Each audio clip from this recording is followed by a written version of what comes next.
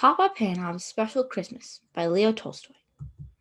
It was Christmas Eve, and although it was still the afternoon, lights had begun to appear in the shops and the houses all over the little Russian village, for the short winter day was nearly over. Excited children scurried indoors, and now only muffled sounds of chatter and laughter escaped from closed shutters. Old Papa Panov, the village shoemaker, stepped outside his shop to take one last look around. The sound of happiness, the bright lights, and the faint but delicious smell of Christmas cooking reminded him of past Christmas times, when his wife had still been alive and his own children little. Now they had gone. His usually cheerful face, with little laughter wrinkles behind the round steel spectacles, looked sad now. But he went back indoors with a firm step, put the shutters up, and set a pot of coffee to heat on the charcoal stove. Then, with a sigh, he settled in his big armchair. Papa Panov did not often read, but tonight he pulled down the big old family Bible, and slowly tracing the lines with one forefinger, he read again the Christmas story. He read how Mary and Joseph, tired by their journey to Bethlehem, found no room for them in the inn, so that Mary's little baby was born in a cowshed. Oh dear, exclaimed Papa Panov. If only they had come here, I would have given them my bed, and I could have covered the baby with my patchwork quilt to keep him warm. He read on about the wise men who had come to see the baby Jesus, bringing him splendid gifts. Papa Panov's face fell. I have no gift that I could give him, he thought sadly.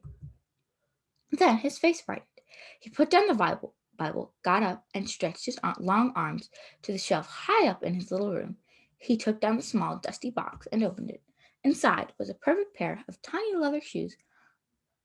Papa Panov smiled with satisfaction. Yes, they were as good as he had remembered, the best shoes he had ever made. I should give him those, he decided, as he gently put them away and sat down again. He was feeling tired now, and the further he had read, the sleepier he became.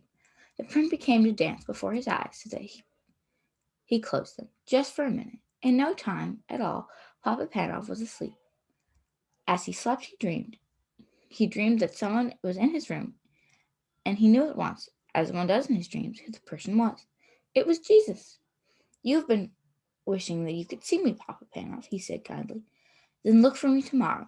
It will be Christmas Day, and I will visit you. But look carefully, for I shall not tell you who I am. When at last Papa Panov awoke, the bells were ringing out, and a thin light was filtered through the shutters. Bless my soul, he said. It's Christmas Day. He stood up and stretched himself, for he was rather stiff. Then his face filled with happiness as he remembered his dream. This would be a very special Christmas after all, for Jesus was coming to visit him. How would he look? Would he be a little baby, as the first Christmas? Would he be a grown man, a carpenter? Or the great king that he is, God's son? He must watch carefully for the whole day through, so that he could recognize him however he came. Papa Panov put on a special pot of coffee for his Christmas breakfast, then took down the shutters and looked out of the window. The street was deserted. No one was stirring yet. No one except the road sweeper, who looked as miserable and dirty as ever. And well he might. Whoever wanted to work on Christmas Day, in the raw, cold, bitter, freezing mist of such a morning. Papa Panov opened the shop door, letting a thin stream of cold air. Come in, he shouted across the street cheerily. Come in and have some hot coffee to keep the cold. The sweeper looked up, scarcely able to believe his ears. He was only too glad to put down his broom and come into the warm room. His old clothes steamed gently in the heat of the stove, and he clasped both red hands round the comforting warm mug as he drank. Papa Panov watched him with satisfaction, but every now and then his eyes strayed to the window. It would never do to miss his special visitor. Expecting somebody? The sweeper asked at last. So Papa Panov told him about his dream. Well, I hope he comes, the sweeper said. You've given me a bit of Christmas cheer I never expected to have.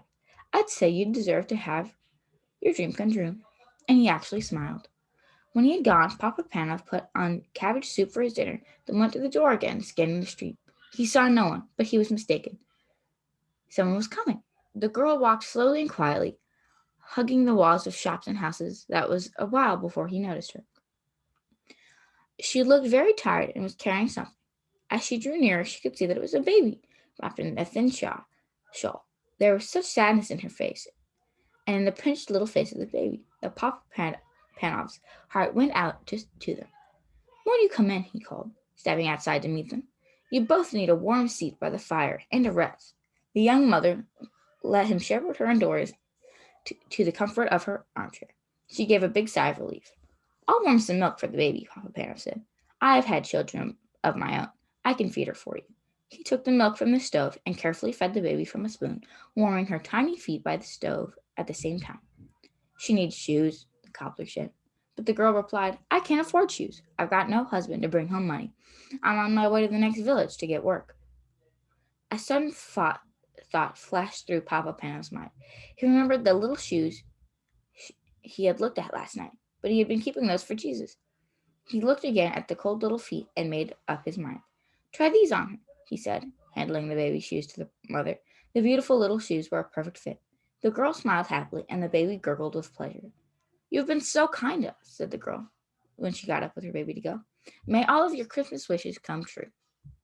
But Papa Panov was beginning to wonder if his very special Christmas wish could come true. Perhaps he had missed his visitor? He looked anxiously up and down the street. There were plenty of people about, but they were all faces he recognized. There were neighbors going to call their families. They nodded and smiled and wished him a happy Christmas. Or beggars, and Papa Panov hurried indoors to fetch them hot soup and a generous hunk of bread, hurrying out again in case he missed his important stranger. All too soon the winter dusk fell. When Papa Panov next went to the door and strained his eyes, he could no longer make out the passers-by. Most of them were home indoors by now anyway. He walked slowly back to his room at last, put up the shutters, and sat wearily down in his armchair. So it had been just a dream after all. Jesus had not come. Then, all at once, he was no longer alone in the room.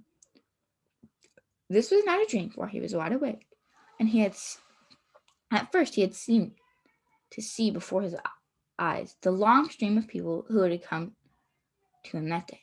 He saw again the old road sweeper, the young mother and her baby, and the beggars he'd fed. As they passed, each whispered, Didn't you see me, Papa Panov? Who are you? He called out, bewildered. Then another voice answered him. It was the voice from his dream, the voice of Jesus. I was hungry when you fed me, he said. I was naked and you clothed me. I was cold and you warmed me. I came to you today, and every one you helped and welcomed. Then all was quiet and still, only the sound of the big clock ticking.